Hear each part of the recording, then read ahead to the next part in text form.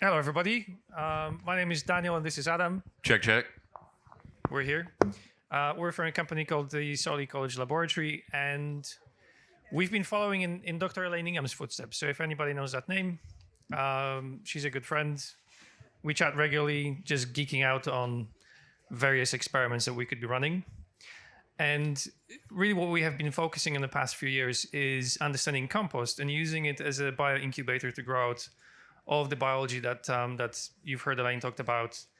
And you hear all of the other people these days talk about now that if you have a good, healthy ecosystem, microbial ecosystem, then that's a facilitator to help you grow with reduced inputs, to help you create a soil which is disease resistant and pest resistant, and also be more resilient in times of drought. And so the tool that really sort of enables all of this is the microscope. And I'm really, really pleased because if you go to the Soil Medic tent, they have a microscope set up there. And I believe I've seen a couple of other microscopes across this conference. So it really shows that that we've got interest. People are actually using this as a tool. And what I just wanted to show you today is, first of all, that it's a simple tool to use, that is nothing to be scared of, and it's something that you can learn quite quickly, and then start utilizing in your day-to-day work, without necessarily having to consider it as something very, very scientific. So the method actually of using the microscope, you can actually go back to Elaine's PhD, which had to do with thin agar film microscopy. And when you read that paper, it's just so dense. She would have to go through 20 samples of something to get the statistic right. And so this method has been in development basically throughout the 80s, and then Elaine used it to give it to farmers to say, now it's something that we've checked. You can actually see what's in your soil or what's in your compost. Use it to simply have a different viewpoint. So you can use it quite scientifically. There's certain things that it's very good for. There's certain things that are still deficient. You would need to use other tools to get a different viewpoint, to get a better perspective. But just to give you a realistic, what you see is what you get picture, this is quite enough. So what Adam has just done, he's put on a bit of our compost extract in a concentrated form that we make. This lovely thing. We call it NutriBridge these days, but it's lovingly called the goop, and it's always going to stay as the goop. And the thing is that it contains bacteria, fungi, protozoa, nematodes. And all Adam did is he's just basically added a little water to it to make sure that it flows under the cover slip, put a drop of it under the cover slip, and he's able to look at it. So whilst I was giving the introduction, he's already prepared. We set up the microscope in 10 minutes. So it's something that could be sitting basically on the side of your desk. And anytime you just want to look at your soil or look at your compost, all you do is you basically shake a bit of compost in water, or your soil in water, and then take a drop of that, put it under the cover slip, and just throw it on there. And all you're doing is just basically just looking what's there. And what we're really looking at is very specific groups of microbes. And once you get used to looking at these groups, then your job is then going to basically say, well, do I have them?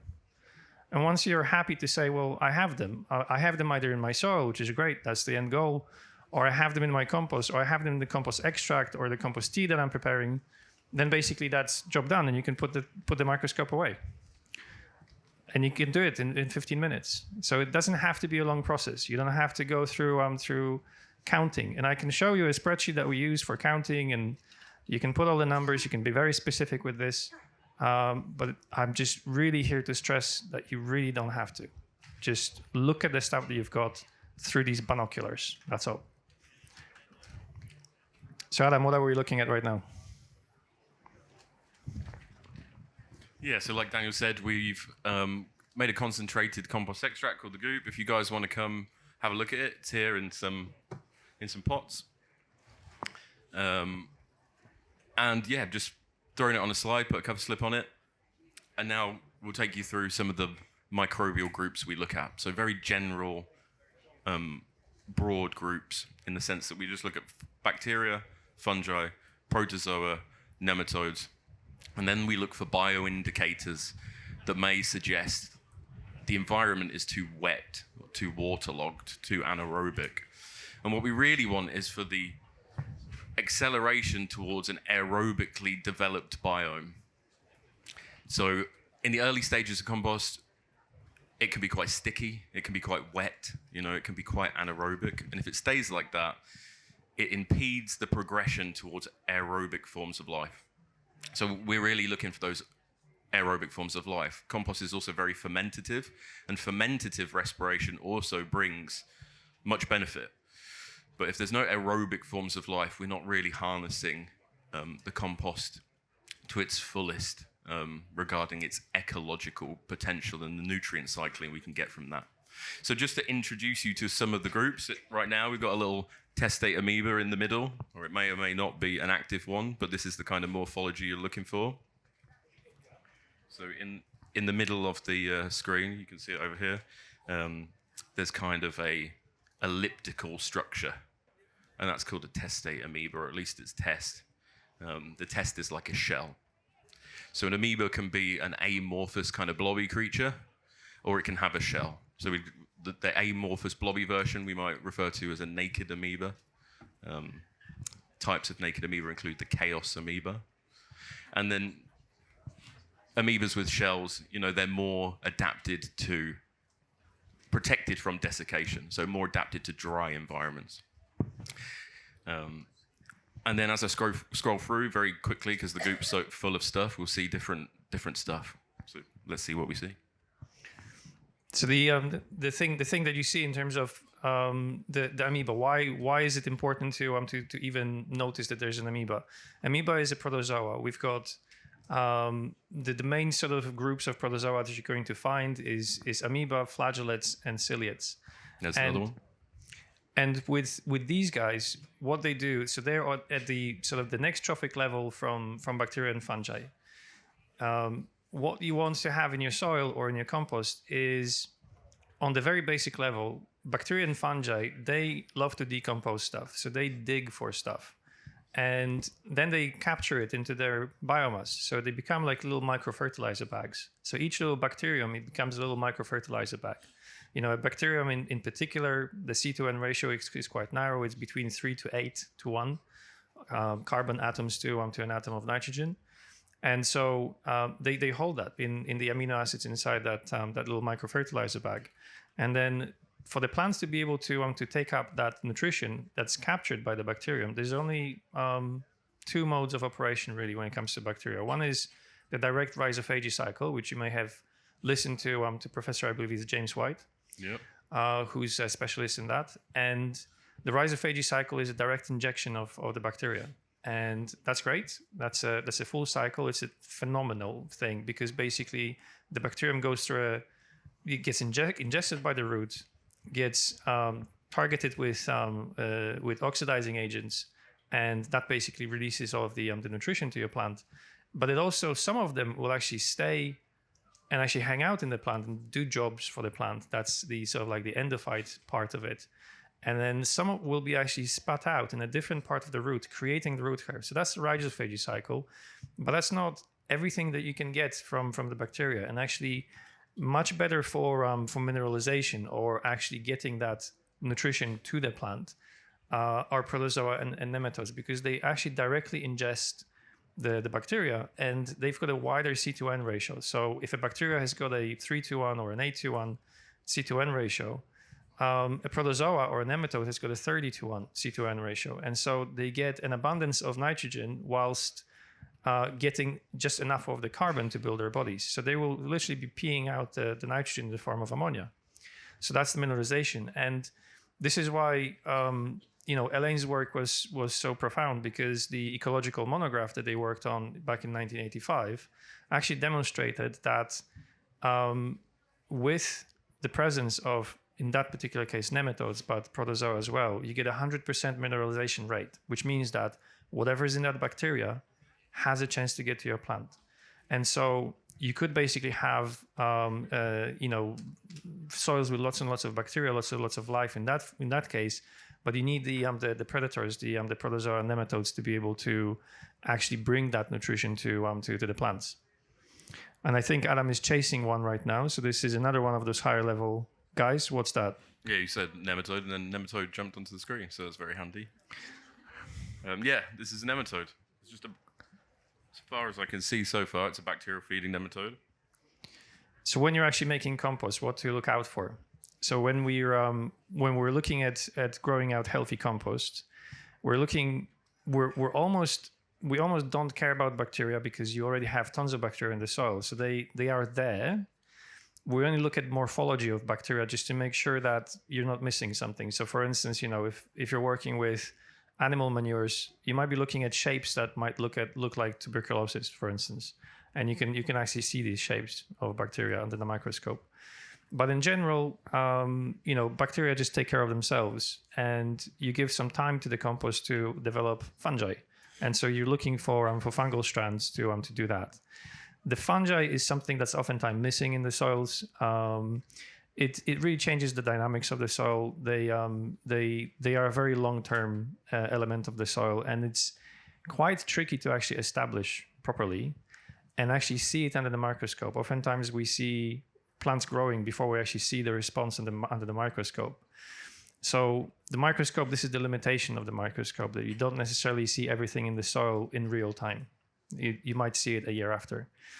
But then, so when we're looking at compost, when we're developing the compost, basically we're looking at bacteria, we're looking at fungi, and then we're looking basically to find nematodes. And again, we want to find the guys that we want to work with. So majority of the nematodes that we see in compost are bacterial feeding nematodes. So they're the guys that will ingest the bacteria, and then they will be releasing ammonium to the soil or to the compost, obviously. And you will also at some point start seeing fungal feeding nematodes and also seeing predatory nematodes. The one thing that you shouldn't see in compost, and you will sometimes see in your soils, is root feeding nematodes. So again, these are simple morphologies that we can actually follow, looking at the front parts of the nematode, the ingestion part of the organism. And they've got different shapes that actually tell you which one we're looking at. Adam found something interesting, and he's going to say that. Yeah, so on the screen at the moment, you can see a filament of fungal hyphae. It's the filamentous compartmentalized thing that's around the center of the screen. It's kind of splitting the screen in half. And what we're looking for here is, again, there is a very simple way to, again, just judge whether the fungi is something that you are happy to see or you should be cautious about. And Elaine uses the word umycetes for the bad guys and just fungi for the good guys. But we have had many conversations about this. And realistically, what you're looking for is a fungi that's been around the longest. And the fungi that's been around the longest has got a thick hyphae and a color that's actually darker than the background. That means that basically it's been there and is building the community with others for a long time. The fact that it's got color, it actually means that it's been putting stuff away inside that fungal hyphae like on shelves. So it will put aside either some nutrition that it just basically doesn't need right now and it's just going to store it for later, or it can actually decontaminate soils. And so it will, if it comes across something that has got too high of a concentration than it likes, it will literally just stick it to the side of the hyphae and just say, I'm not going to worry about this anymore because it's not bothering me. So that's how it basically is building that hyphae over time. And if the hyphae is clear and doesn't have a lot of compartments, that could basically mean that it's a very young fungi. You could actually see gourmet fungi, gourmet mushrooms, look like the definition of a mycete because it's clear and thin, but it's just young. So it's worth to keep that in mind as well. Yeah, so Dr. Ingham tried to simplify this, to give us general morphological characteristics to look for. And uniform diameter and uniform cell length is one of those things. So this is a good example you can see on the screen now. It's very uniform in its diameter and its septation, so the cell walls that separate each cell. And you can see that color. you can see that it's invested time into structure, so it has a deeper color. A faster growing, bubbly morphology may indicate that this organism is a bit more opportunistic. So that can include pathogens. So it's just a very general group of rules that make it easy for a farmer, especially a busy farmer, to do a quick assay and just to make sure, okay, this looks like a good guy. Are there any other bad guys around? No, there's not. Okay, well, this compost is ecologically developed then. We're at a point where the compost has some level of functionality and ability to cycle nutrients.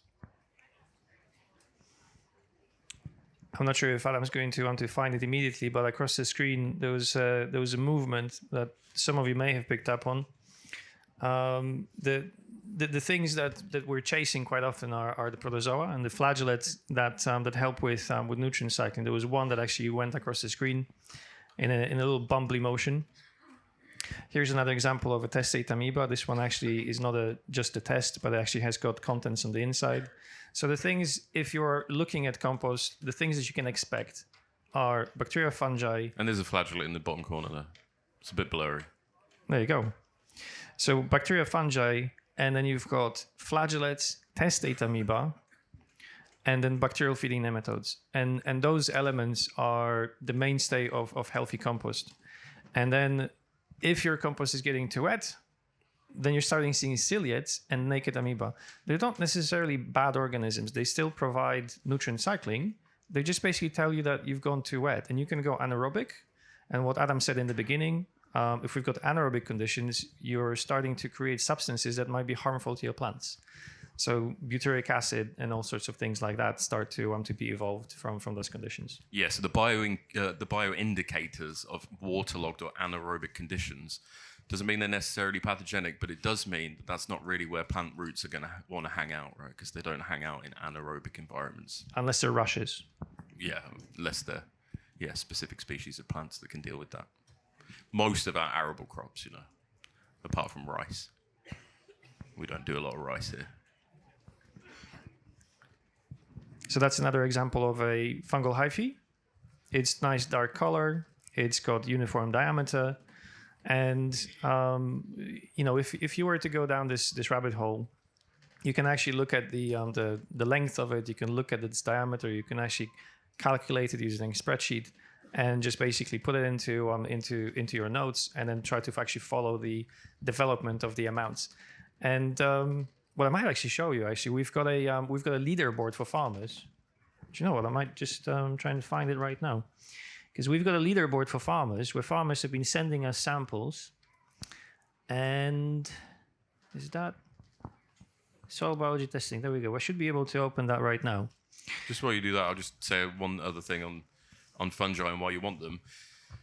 Yeah, the benefits of these beneficial fungi, why we're chasing them, is looking for greater aggregation of the soil. They seem to really bring structure. They start to create structure and they allow for a healthy decompositional cycle to occur, which definitely makes soil healthier. We all know that, right? So a key point as to why you're looking for these beneficial fungi. So this is something that we've done for fun. We've been running this now since 2021, I think. And you can see, farmers are quite keen to compete a bit in this. When Sam sent us his compost, he was really excited. Can I go on the leaderboard because he got first? And we just looked at the fungal to bacterial biomass ratio, which is to the right of the screen. I'm just going to increase it a bit. So if you're a farmer, what Elaine will tell you, for most of the grass crops and arable crops, you're looking at sort of like a 1-to-1 fungal to bacterial biomass ratio in your soil. So that's something to be striving for. This is something that can control the succession of whether your plant is happy or whether some weeds are happy, maybe some other higher succession plants are happy. And I'm not going to tell you to actually go out of your way to try and do that because it's actually quite difficult and it requires a lot of applications, a lot of measuring, a lot of support to be able to try and hit those numbers. What I will tell you is that we've actually run trials in pots with different levels of fungal to bacterial biomass ratios. and we put Groundswell in it, the weed, which we collected from our wheat field. And we saw that, as the fungal to bacterial biomass ratio progresses, the Groundswell is less and less likely to actually germinate. But it only stopped germinating around 10-to-1 fungal to bacterial biomass ratio. So take this number with a pinch of salt, but you can look at other numbers here as well. And, on that top level row, you've got 2,000 nematodes per milliliter. You've got 400,000 protozoa. And you've got almost 3,000 micrograms of fungi.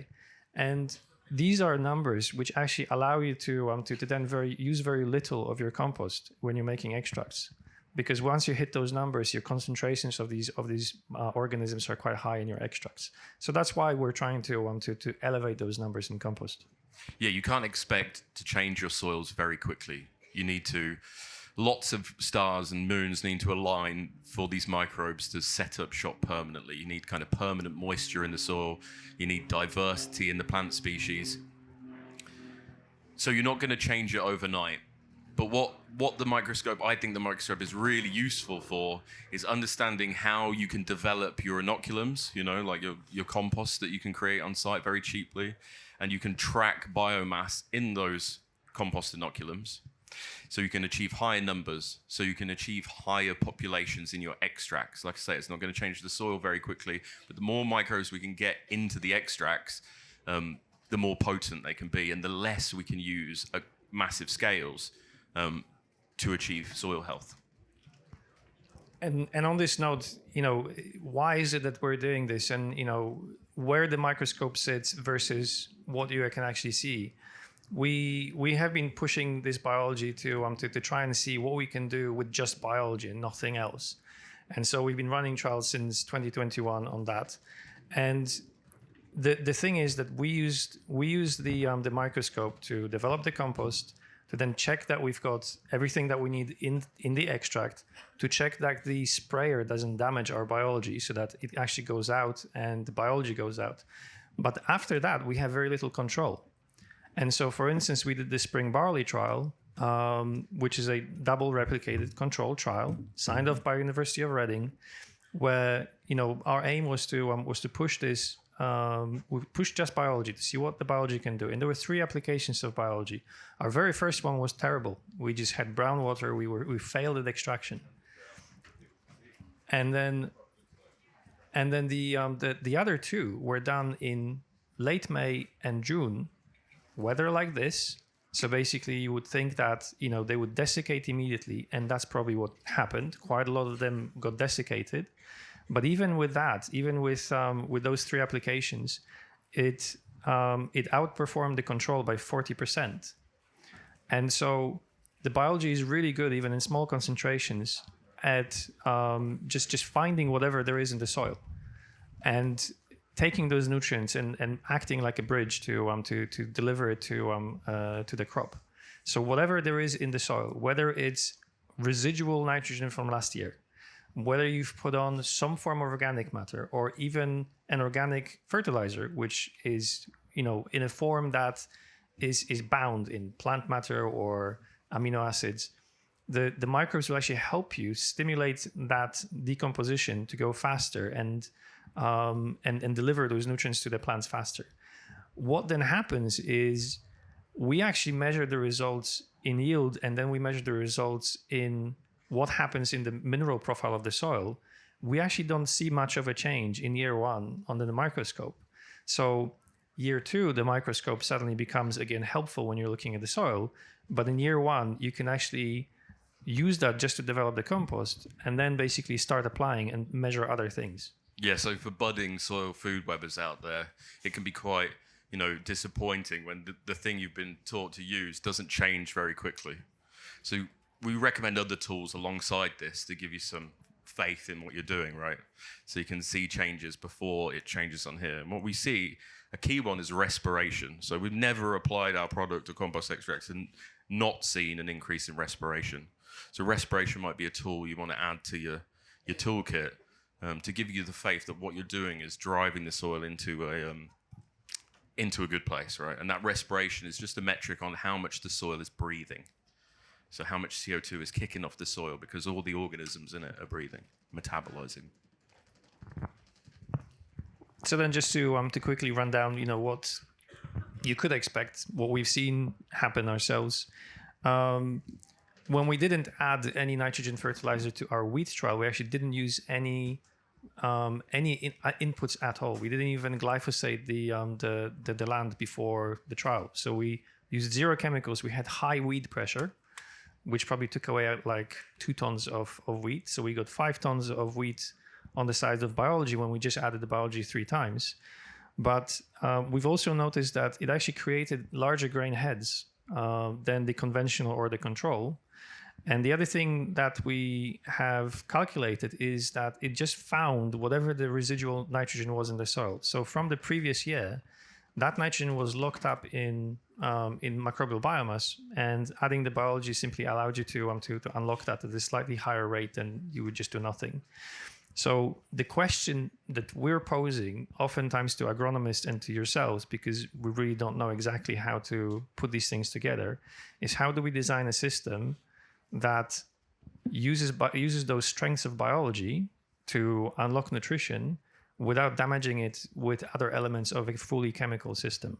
So we do have a bit of a vision of what a better system would look like without the need to create these disturbances every time. But that's the challenge currently. So in other things that we've seen on the pasture trial, the biology actually stood up in drought conditions in 2022. This was done in Scotland, and the entire country was in drought. And only the strip at the bottom with the biology was actually standing up. That's the reports by Mikey Barton, our good friend and also Elaine's student.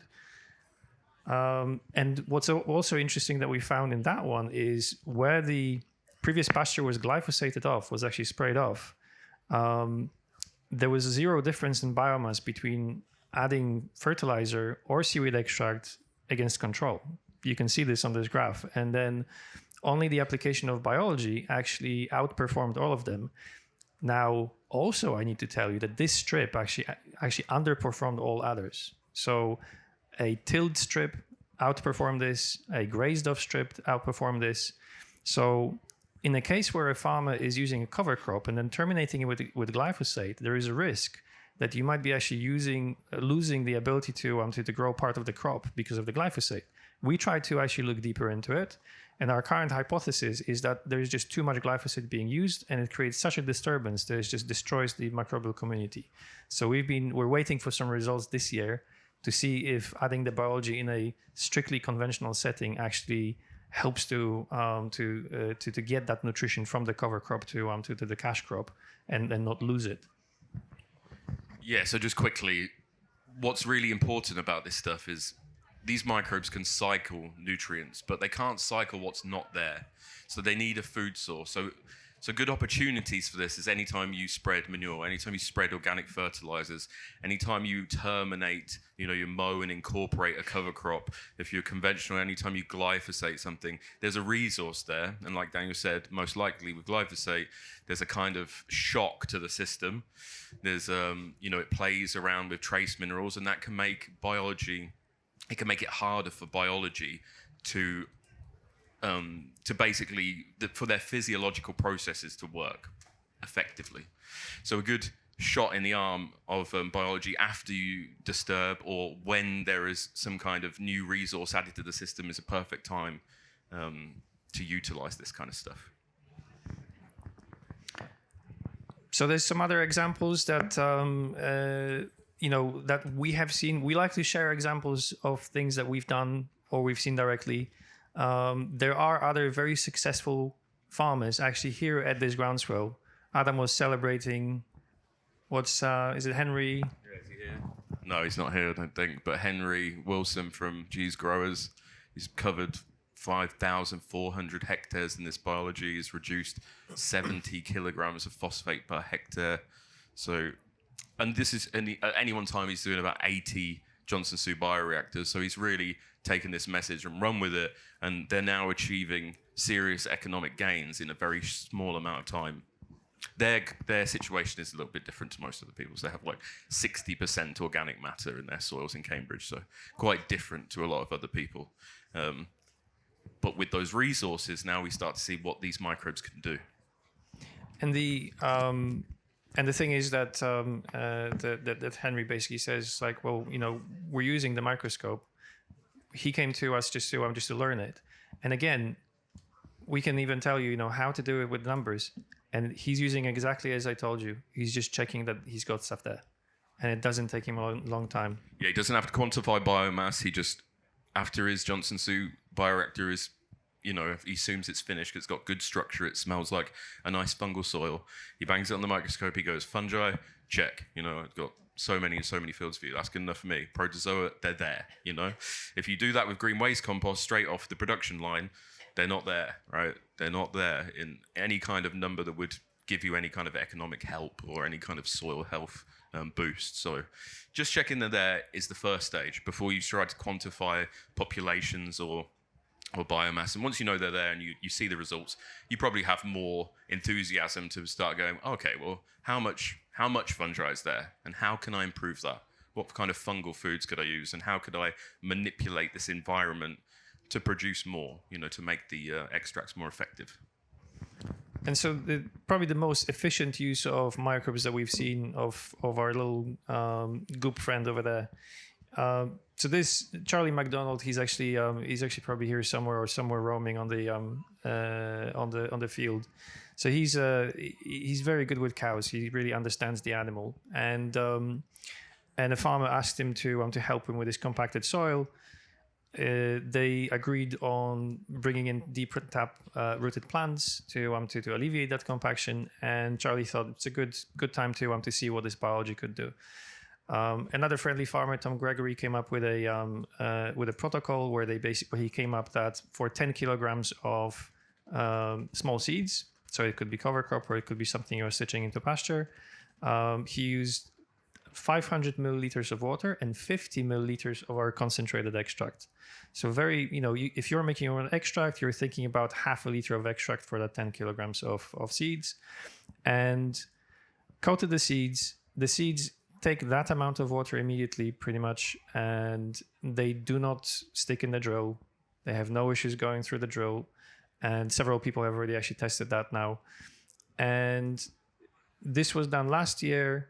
They drilled it beginning of June, and they baled up the hay late July, and what they got was, on 10 acres without, they got 40 bales. On 10 acres with the biology, they got 45 bales. So they get a 12.5% increase in biomass within less than 2 months, just by a tiny amount of this biology to stimulate the seeds. Yeah, and I just want to say, that worked so well because Charlie is, he has a good understanding of the system, and the stars were kind of aligned. So the soil moisture content was really good. That helps because you need moisture for these microbes to replicate, right? They're not going to go very far without moisture. The pasture was grazed down, so all the plants were pumping out exudates to try and regrow. So you have moist soils, you have lots of exudates coming out of this lay, and you've got this new packages of biology going in with the seed into this lovely system where all the conditions are right. So timing and environmental parameters are super important to think about when you're trying to get the most out of these inputs. Yes, that's very true. So he actually timed it. He actually waited for rain. So there was a couple of days after rain that they did this. And also because the sheep grazed it off, there was plenty of sheep manure on the surface of the soil. So all of these things contribute to again, it's the microbes that actually take those resources and then utilize them. The other part of the trial was not was prepared in the same way. Just the only difference is the biology. Then Adam has followed up on the observations that we had on that pasture trial in Scotland, and designed an experiment that actually measured moisture loss with or without the biology addition. Yeah, so we produced this product and we started to distribute it to the early adopters, the people, the saw food webs out there wanted to try and use this, see what happens. And one of the first things they came back to us and said was, all the plants I apply it to seem more resilient in times of drought. So we'd have people, horticulturalists, apply it to trays. they'd go away, they'd have a control tray, they'd come back, it'd been really hot, and the trays have dried out. But the ones where the biology was applied, the plant's still standing up. The ones where no biology was applied, they're all wilted, they've gone beyond the permanent wilt point, and they lost that tray, right? So it was the difference between life and death. I was like, oh, okay, this is cool. So we looked at this with genomics, and we found these great advantages in stress adaptation. Again, saying that the soil's more sticky, it's more drought resilient, it's more heavy metal resilient. Plants do better in saline soils. And so I was like, is this just the rhizosphere? Is this around the roots, or is this in the bulk soil? So I took something called an aerometer. I measured the soil moisture and I took it to saturation. We drilled in the seeds with a coating, and we made one application to the bulk soil. So one application to the seed, one application to the bulk soil against the control. I then let them dry back, simulating like drought conditions after drilling. And what happened was that graph. So the further the plants went into drought conditions, the bigger the difference in the bulk soil moisture. So where the bulk soil was treated once, it dried out slower than the control. And the further it got into that drought, the bigger the difference. So I think the last two dots are about 16% apart, or something like that, just above 10%. Whereas the second two dots from the beginning point, they're not so far apart. So the further into the drought they go, the more benefit you get. So great stress adaptation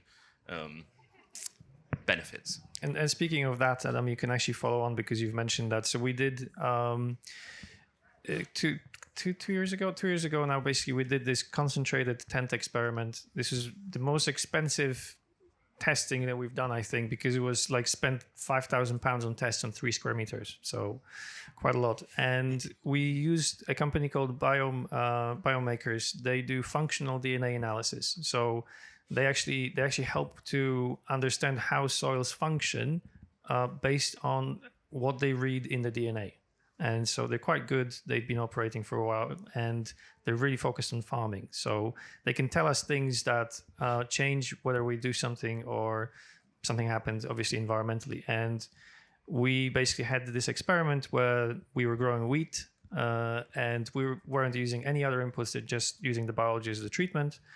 And these are the markers that had the major change. And if you want to go quickly about that. Yes, there's lots of different changes that could occur on a biomaker's test. These are the ones that we saw that were statistically significant. So again, they're all very much linked with stress adaptation, more drought resilient, more resilient in environments that aren't necessarily, the best environment. So salicylic acid is plant growth hormone, and it's linked with lots of different metabolism in the plant.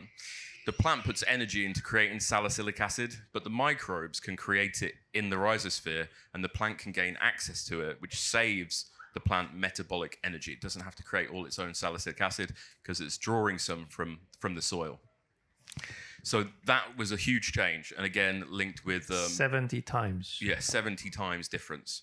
And then exopolysaccharides, the soil's becoming more sticky, which again helps with not so good conditions, buffers, drought and also flooding. So basically moisture regulation.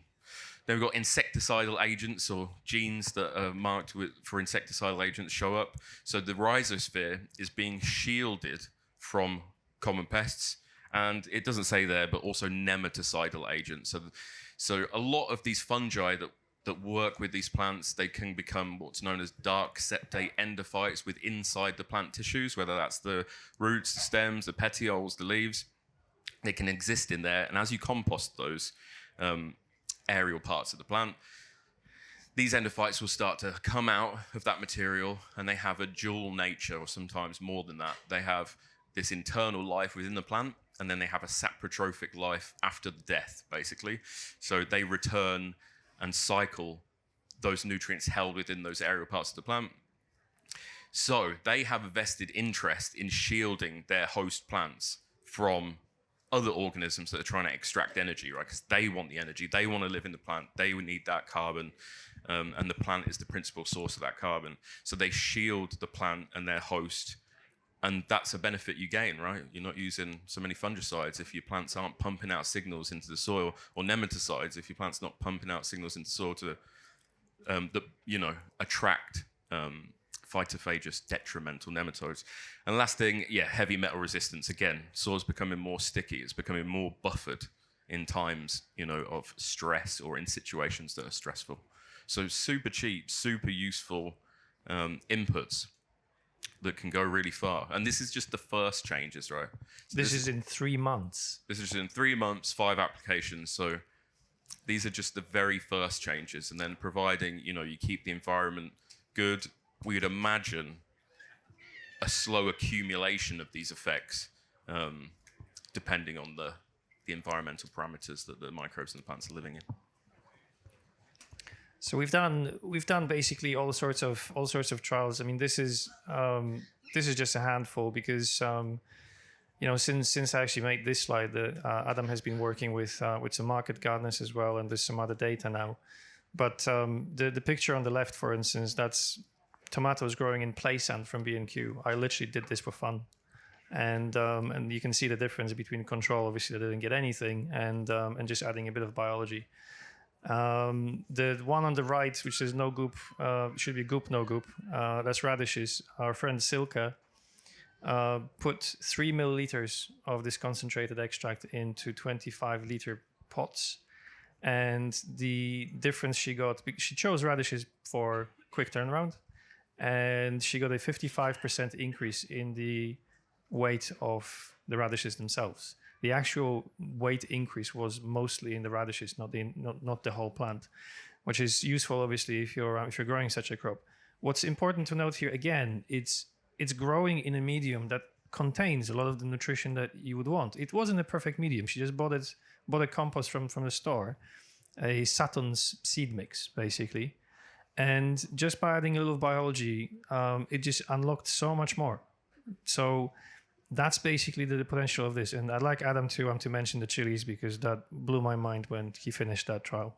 Yeah, so I was, we'd heard a lot of people using compost extracts to treat seed. And I was like, is that really, one difference in a plant's life? You treat the seed or you don't? Is that going to make a huge impact? I thought it might be minimal. I thought it might be a couple of percent, 5% differences in yield. So I started treating lots of different plants, and the chilies is probably one of the more extreme examples. The seed treatment for the chilies resulted in something like 47% extra yield. Dry weight. A dry weight. The only difference between the treatment and control was a treatment to seed. For the rest of the plant's life, they receive nitrogen in the form of amino acids derived from soy.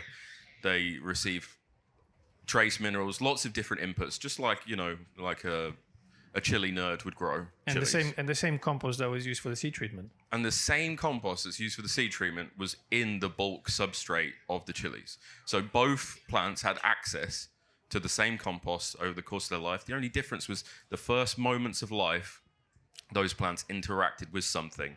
Don't know if it's trace minerals, microbes, metabolites, or all three and more.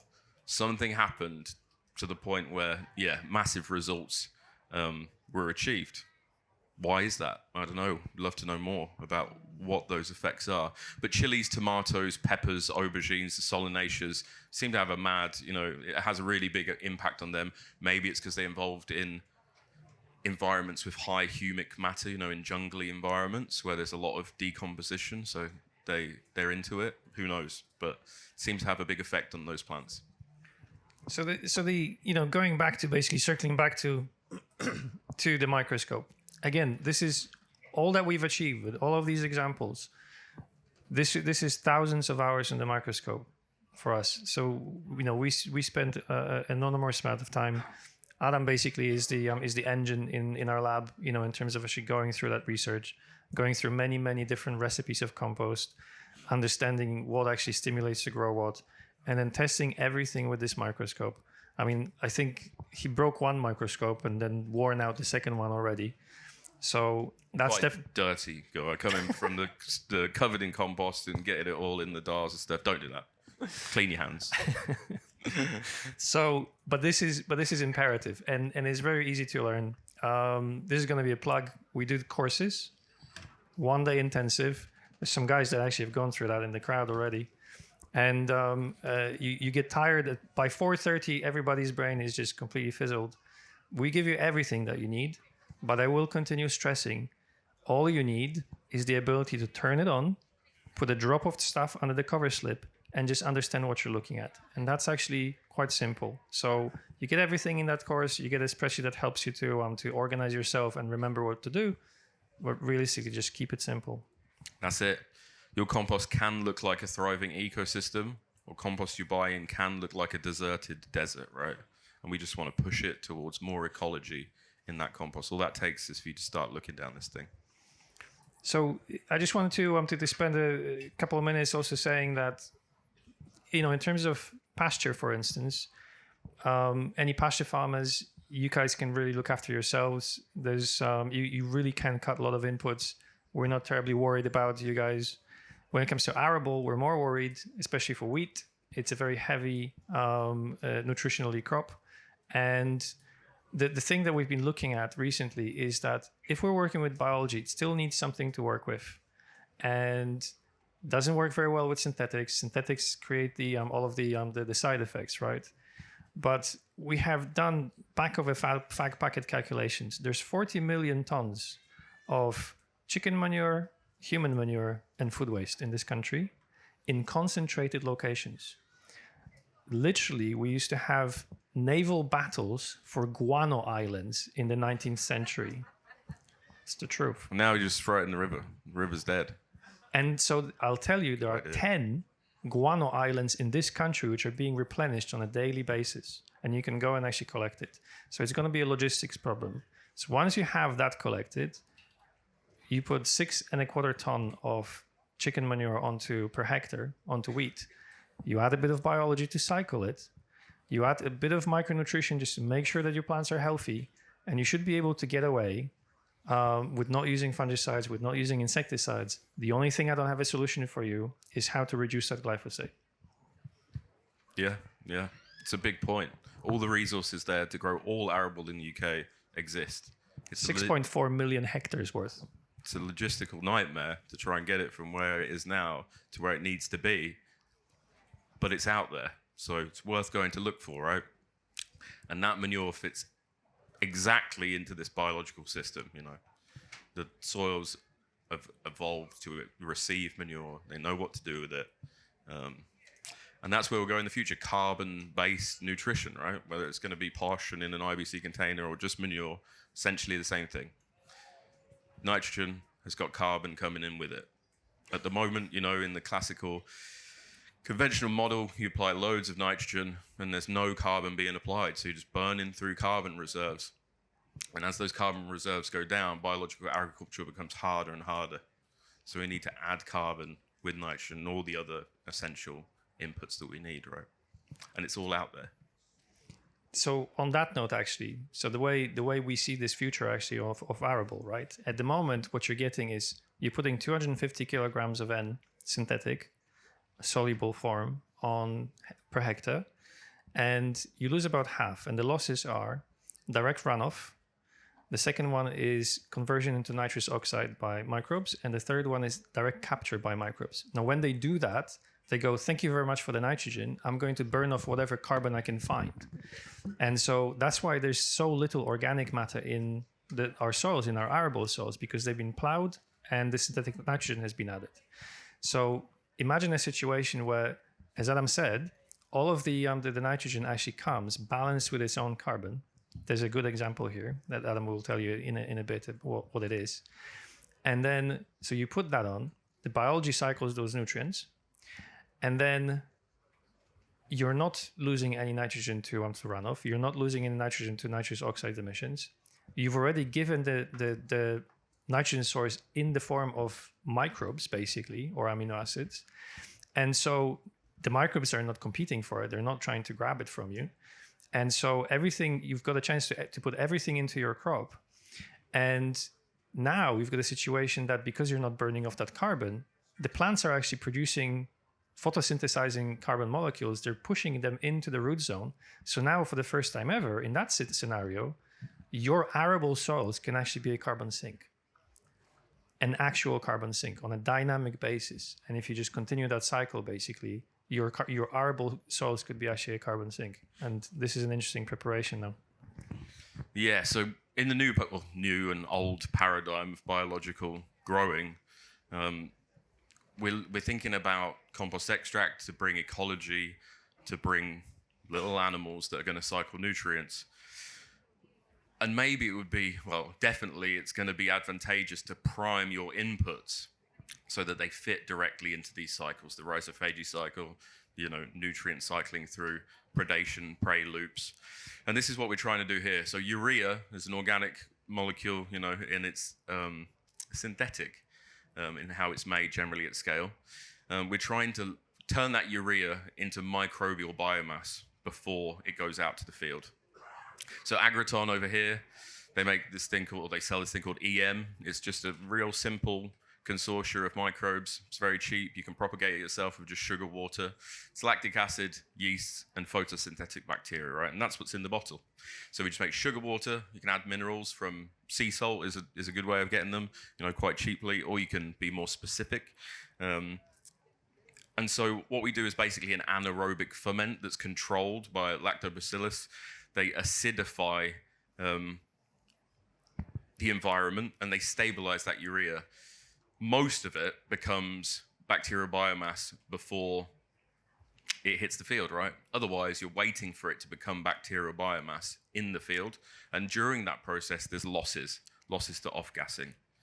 So with the lactobacillus and a controlled fermentation, you can start to turn that urea into microbial biomass before it goes out. There's one limitation, and that is carbon. Urea is about 20% carbon and 46% nitrogen.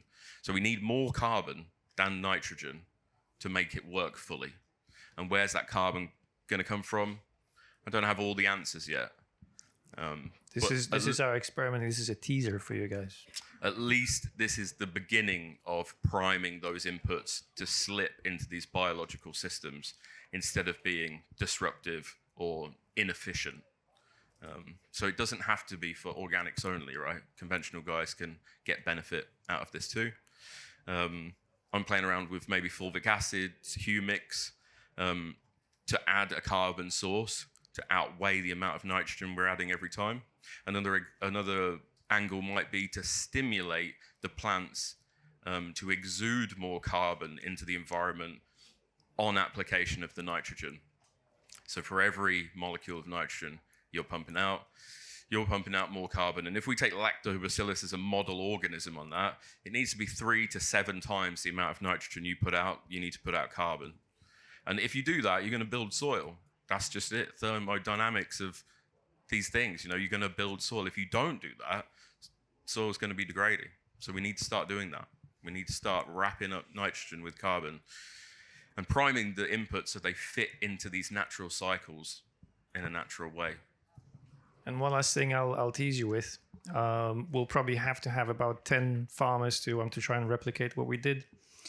For wheat farmers who don't have a use for their straw, they're just spreading it and they don't have any outlet. What you can do with straw is you can actually fix more nitrogen. So we've been reading about this and talking about this for 2 years. We finally did it. And it's something that is supported by science. There are papers going back to 1986 about how you can use straw to fix atmospheric nitrogen.